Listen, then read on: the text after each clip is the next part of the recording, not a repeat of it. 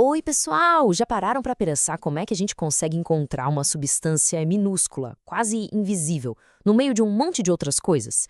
Hoje nós vamos fazer exatamente isso: seguir a jornada de um único átomo dentro de um equipamento que é uma das coisas mais incríveis da ciência.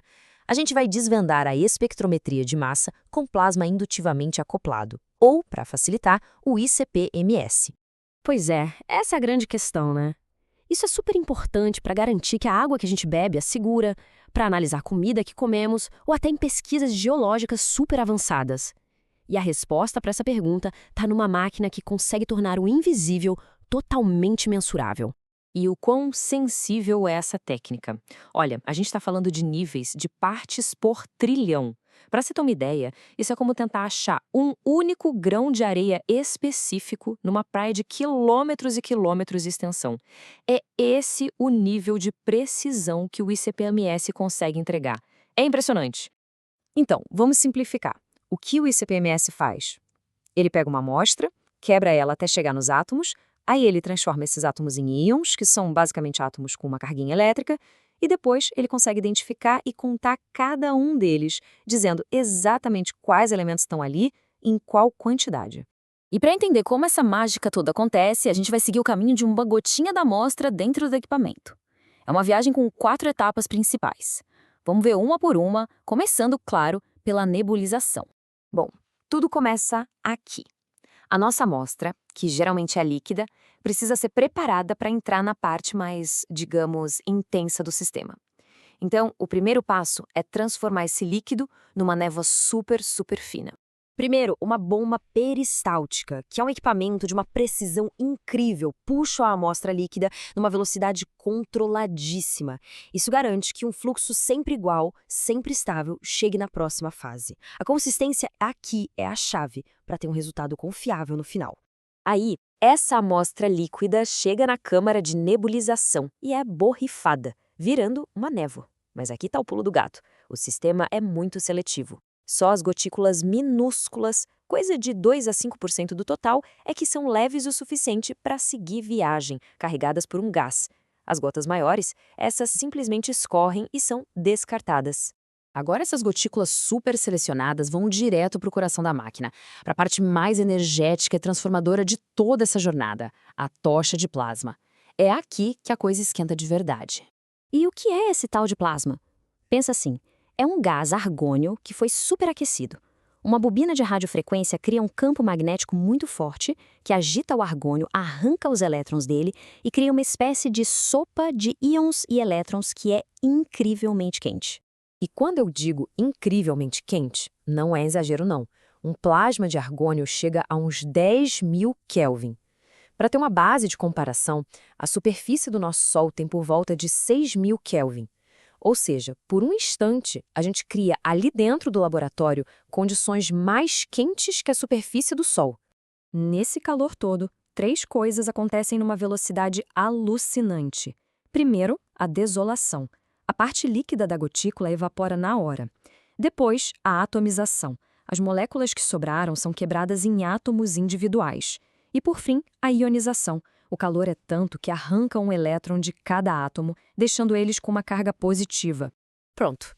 Nossos átomos agora são íons e estão prontos para serem analisados. Só que eles têm um desafio gigantesco pela frente. Eles precisam sair do plasma, que está na pressão normal, e entrar numa outra parte da máquina que funciona em alto vácuo. É tipo mudar de planeta num piscar de olhos. E essa é uma questão de engenharia e tanto, né? Como é que se faz essa transição sem perder os íons no caminho ou estragar o vácuo? A solução para isso é uma interface muito bem bolada.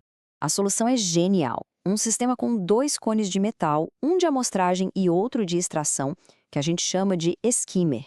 Eles têm um furinho bem no centro que deixa só uma parte do feixe de íons passar, e ao mesmo tempo vai diminuindo a pressão em estágios. E a queda de pressão é absurda. A gente está falando de sair de 760 milímetros de mercúrio e ir para algo tipo 10 elevado a menos 5. É uma diferença de pressão gigantesca. E esses cones conseguem gerenciar essa transição de uma forma super controlada.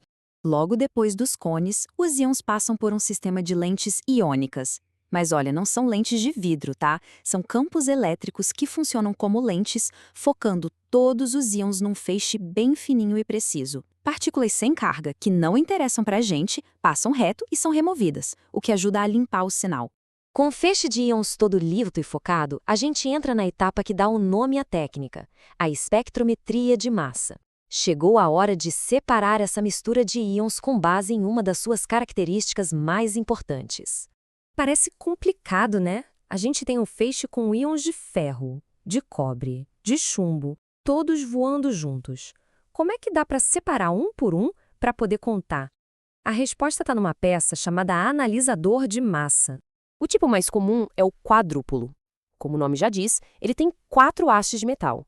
Nessas hastes são aplicadas voltagens que criam um campo elétrico bem complexo e que fica mudando o tempo todo. Esse campo elétrico que vai fazer a separação.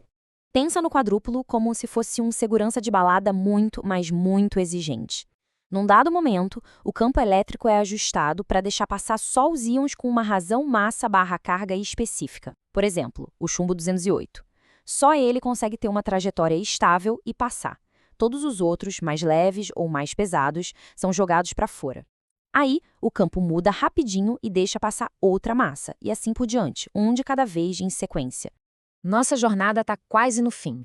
Os íons foram criados, focados, separados por massa. Agora, a última peça desse quebra-cabeça é simplesmente contar esses íons e transformar essa contagem num resultado que a gente consiga entender. Lá no final do caminho, depois do quadrupolo, tem um detector esperando. E a lógica é bem simples. Cada íon que consegue passar pelo filtro e bate no detector gera um pulso elétrico. É uma contagem direta. Um íon, um pulso. E aí, o computador do equipamento faz o resto do trabalho. Ele conta quantos pulsos foram gerados para cada massa que o quadrupolo selecionou, depois ele compara essa contagem com a de umas amostras que a gente já conhece a concentração e, por fim, calcula a quantidade exata de cada elemento na amostra original. E pronto, temos o nosso resultado. E assim termina a jornada do nosso átomo, de uma simples gota de líquido a um resultado super preciso na tela de um computador. E isso me faz pensar. Se a gente consegue medir o invisível com tanta precisão, seja um contaminante num rio ou um nutriente num alimento, que outras histórias será que os elementos ao nosso redor ainda têm para nos contar?